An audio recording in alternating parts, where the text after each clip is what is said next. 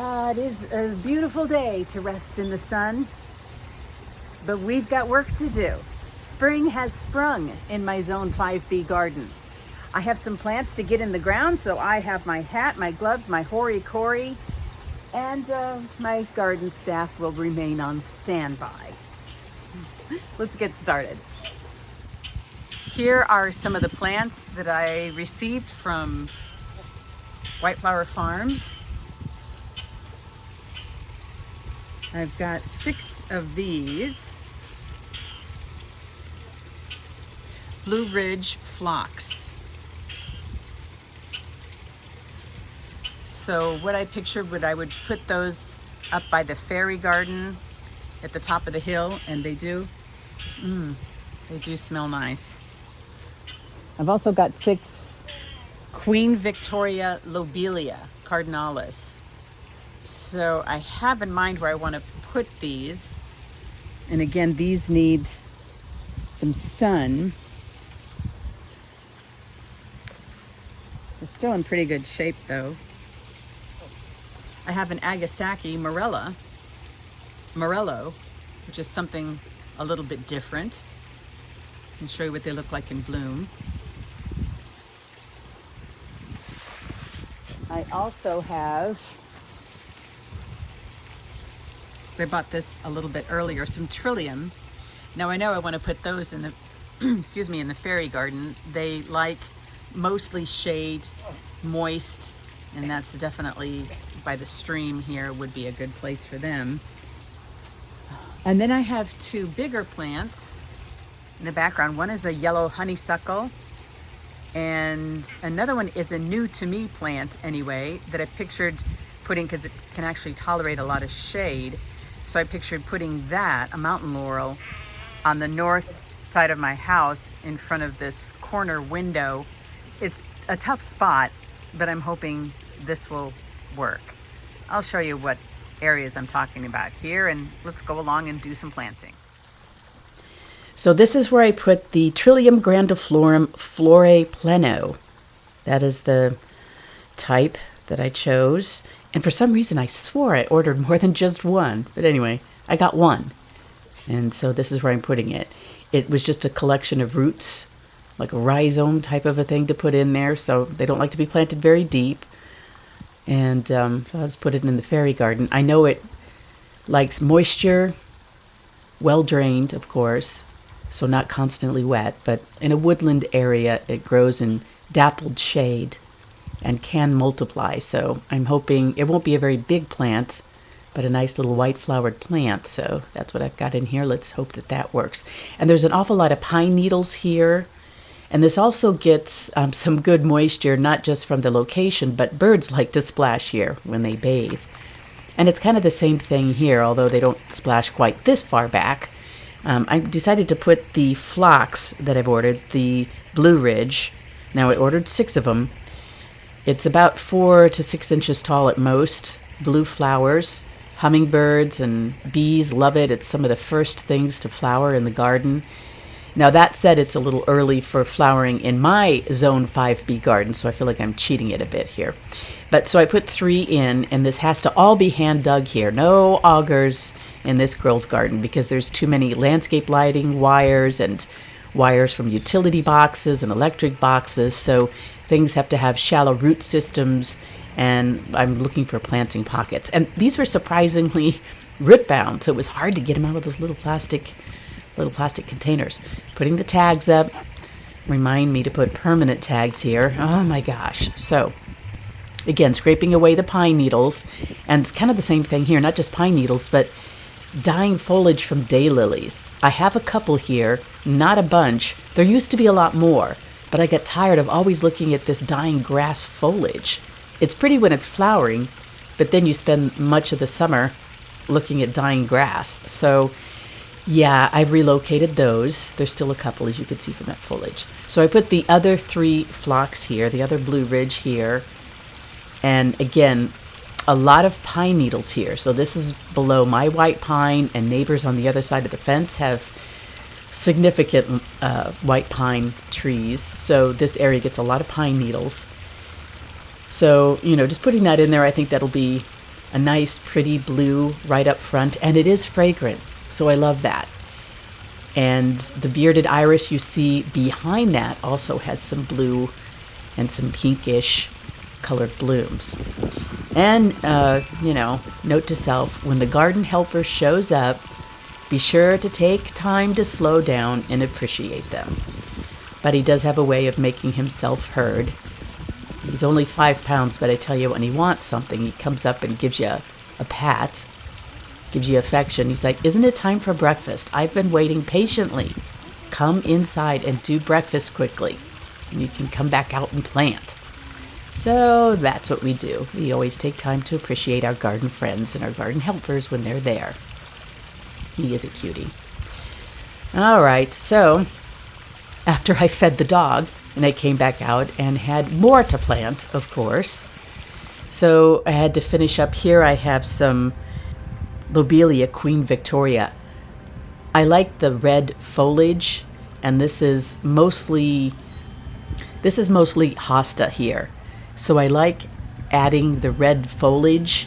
And again, this will be a tall plant. This will grow above the hostas and have some pretty spires of pink. But I have some problem with algae growing in this pond, as parts of the big maple behind me have died, so it needs some shade, and I'm hoping these plants can provide that. That's the plan anyway.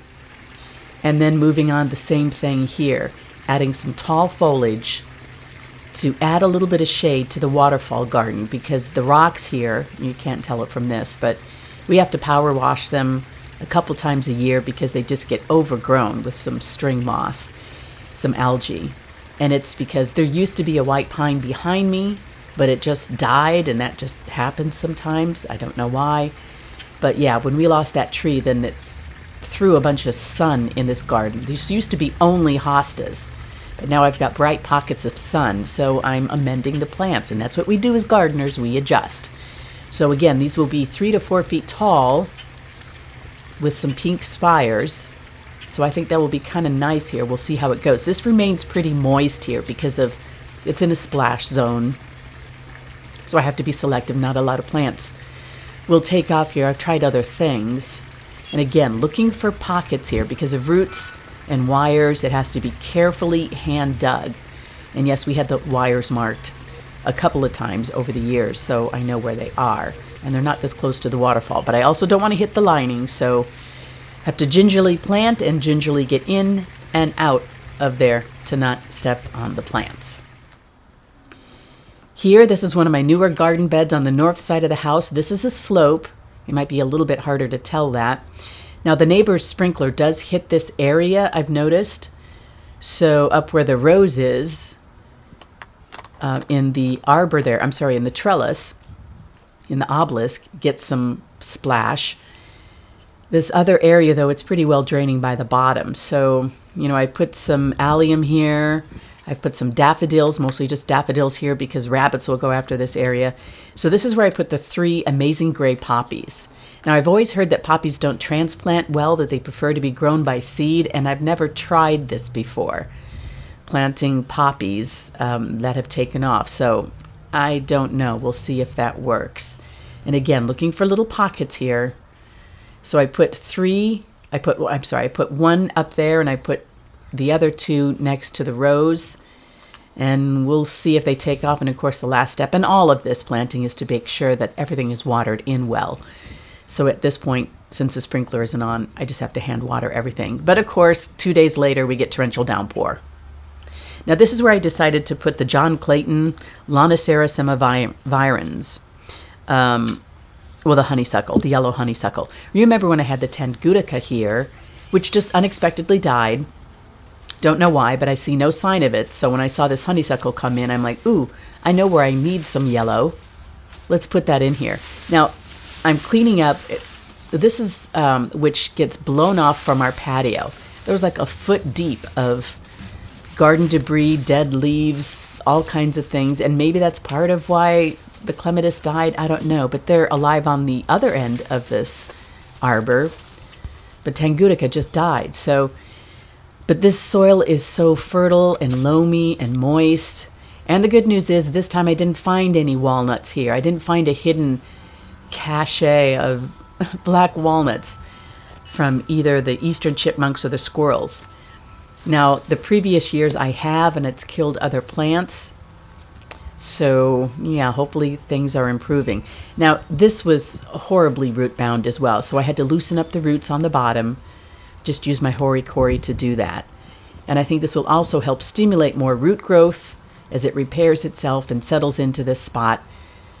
And I haven't put in any fertilizer there, but I just make sure that it is fairly fertile soil, and the soil is still a little bit chilly at this point. So mostly just getting it located well.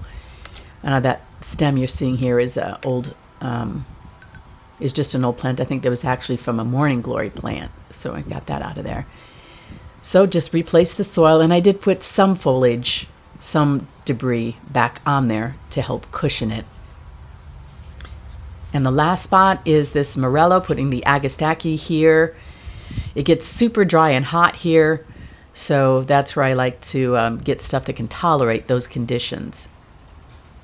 So I decided to put the mountain laurel right here in that north corner pocket of my house. This is pretty shady, and it stays moist, although it's well draining. So I want to try this. It can get 4 feet high, which I think might be kind of nice to shield up this window a little bit here in the background. But I love the color of the leaves, and it has pretty flowers, although I'm not necessarily expecting that here in this first year. So I have no experience with this one, but we'll see how it goes because I am looking forward to it. It's something new. It's something new, and isn't that exciting? Now, the oak leaf hydrangea that I had in here for approximately 3 years, it was a division of one that I have in my hosta garden. Neither one is really thriving, and I think they need more sun than they're getting, or more free root run. I don't know, but I've got it in a nursery pot now, and I'm going to look for a new spot for that one. So anyway, everything else is coming along really well. I'm looking forward to seeing how things develop here and how things take off. Kind of an exciting time of year. And look at this. Wow. My lilac is starting to leaf out. Can you see? Oh, isn't that nice? That's nice. I'm excited. And as if right on cue, I don't want to scare her away, but there is a little bird that is building a nest in this little tree house. I'm sorry, a tree house. And this little birdhouse in the tree. So kind of exciting times. Well, I hope you do subscribe. I will keep you posted, let you know how these things are going and growing. I hope all is well in your corner of the world as well. I'll see you soon.